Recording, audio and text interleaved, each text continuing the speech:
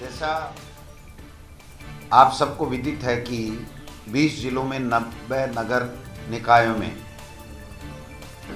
चुनाव थे, जिसका परिणाम आज आया। और जो परिणाम आया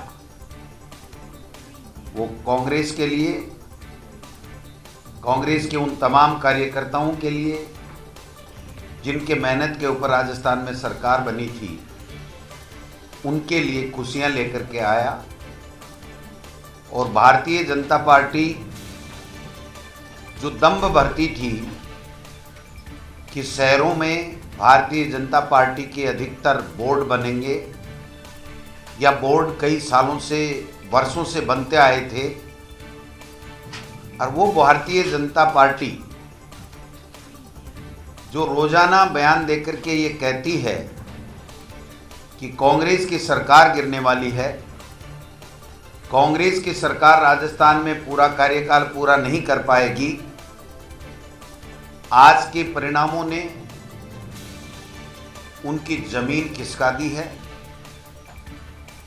और जिन 90 नगर निकायों में जो परिणाम आए, उसमें कांग्रेस को 1197 वार्डों में जीत मिली है और भारतीय जनता पार्टी केवल 1140 में अपनी जीत दर्ज करा सकी। जो बोर्ड बनने की बात है,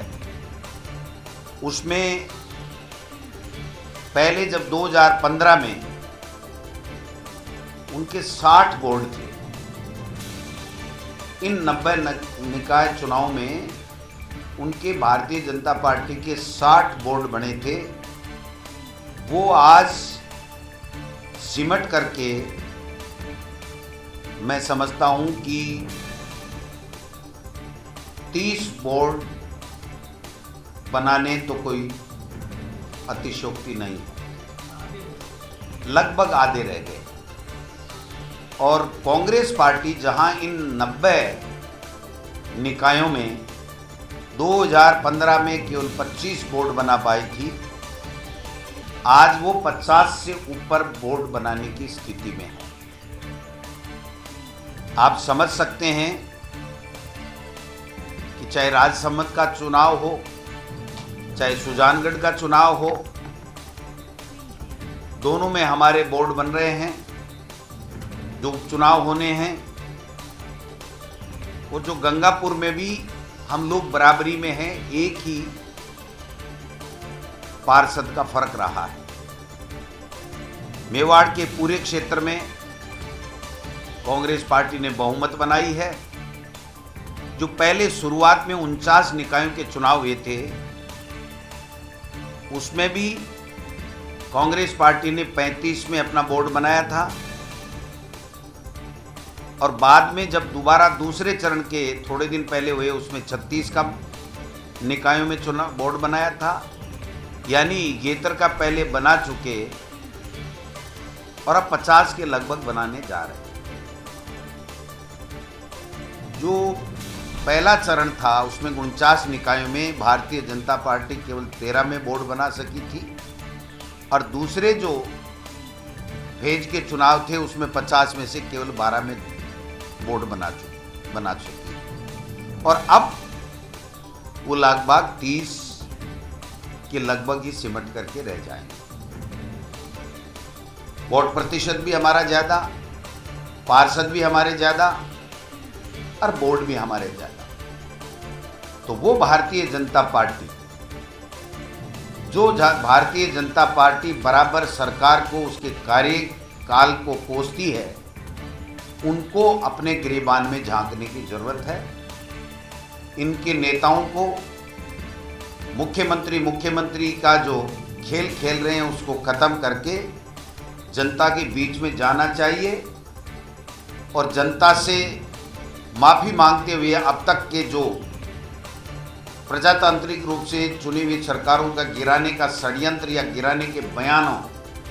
से अपना ध्यान हटा करके जो सरकार की योजनाएं हैं, उनका लाभ जनता तक कैसे मिले, अगर कोई कमी खामी है तो उसको राजस्थान की विधानसभा के माध्यम से या कैसे भी उनको सरकार तक पहुंचाना चाहिए और अपनी प्रतिपक्ष की भूमिका उनको निभानी चाहिए। आज जो देश में हालात बने हुए हैं, किसानों के साथ जो अत्याचार ये लोग कर रहे हैं, महंगाई को ये कम कर नहीं सके, बेरोजगारों को रोजगार ये दे नहीं सके, कोरोना में जो प्रबंधन हमारी सरकार ने अच्छा किया उसमें अपनी भूमिका ये अदा कर नहीं सके, विपक्ष की भूमिका राजस्थान की विधानसभा में ये निभा नहीं सके, ऐसे लोगों को जनता ने सबक सिखाया है। आने वाले 12 जिलों के जो चुनाव पंचायत राज के हों, चाहे चारों विधानसभाओं के उपचुनाव हों, जनता ने कमर कस रखी है। और इन्होंने जो किसानों के साथ किया और जो चुनी हुई सरकार को गिराने का षड्यंत्र किया, और कोरोना में जो नकारात्मक भूमिका, नगण्य भूमिका इनकी रही लोगों की जान बचाने में, उसका हिसाब आने वाले समय में राजस्थान की बहादुर जनता चुकाने जा रही है। एक तरफ तो चुनी हुई सरकार को गिराने का षड्यंत्र कर रहे हैं, दूसरी तरफ भाजपा के प्रदेश अध्यक्ष ये बयान दे रहे हैं कि सुप्रीम कोर्ट का फैसला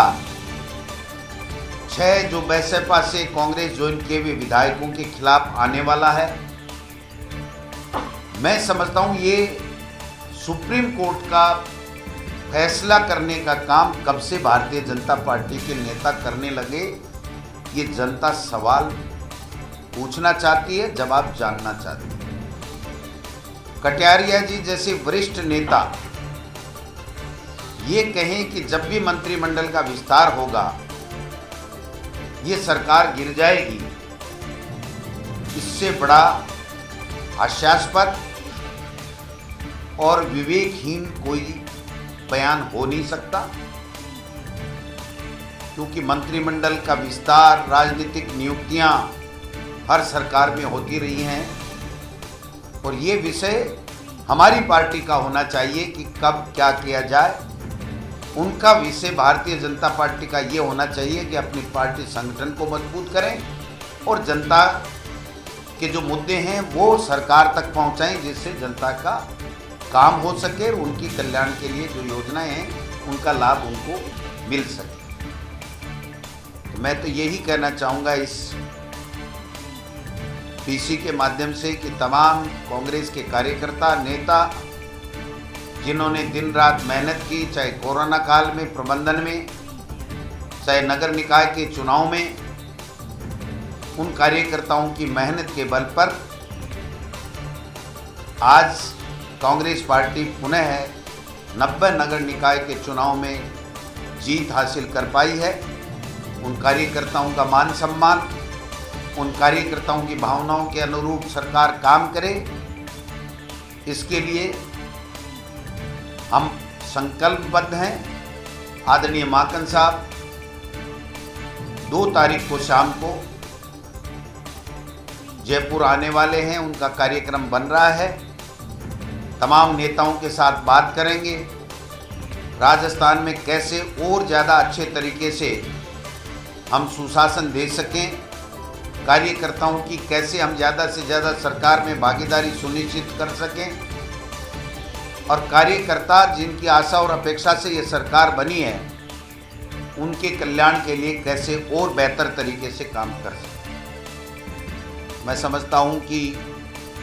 कई जगह हमने स्ट्रेटजी के तहत उम्मीदवार नहीं उतारे थे, वहाँ पे हमें अच्छी सफलता मिली है। जैसे एग्जाम्पल के लिए आप नोखा को ले सकते हो, ऐसे 2-3 जगह ऐसे हमने लोकल कार्यकर्ता और नेताओं की भावनाओं के अनुरूप वहाँ पर कांग्रेस पार्टी के सिंबल नहीं दिए थे, तो वो भी कांग्रेस पार्टी के जहाँ सिंबल नहीं दिए वो कांग्रेस पार्टी के कार्यकर्ता वहाँ जीते हैं और बोर्ड कांग्रेस पार्टी का बना है।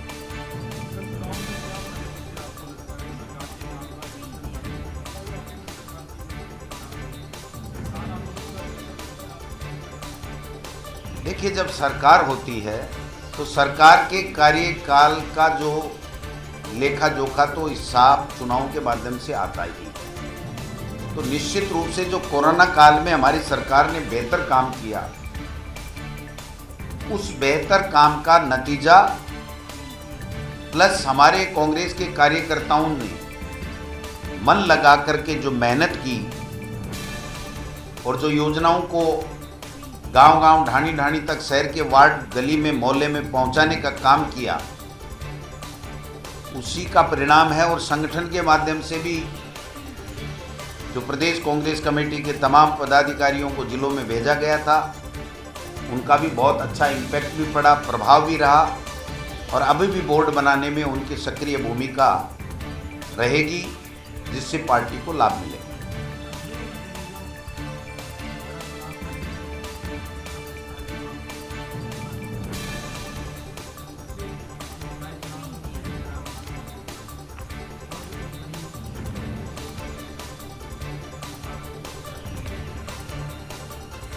भीलवाड़ा में पहले से हम लोग बेहतर परिणाम लाए हैं।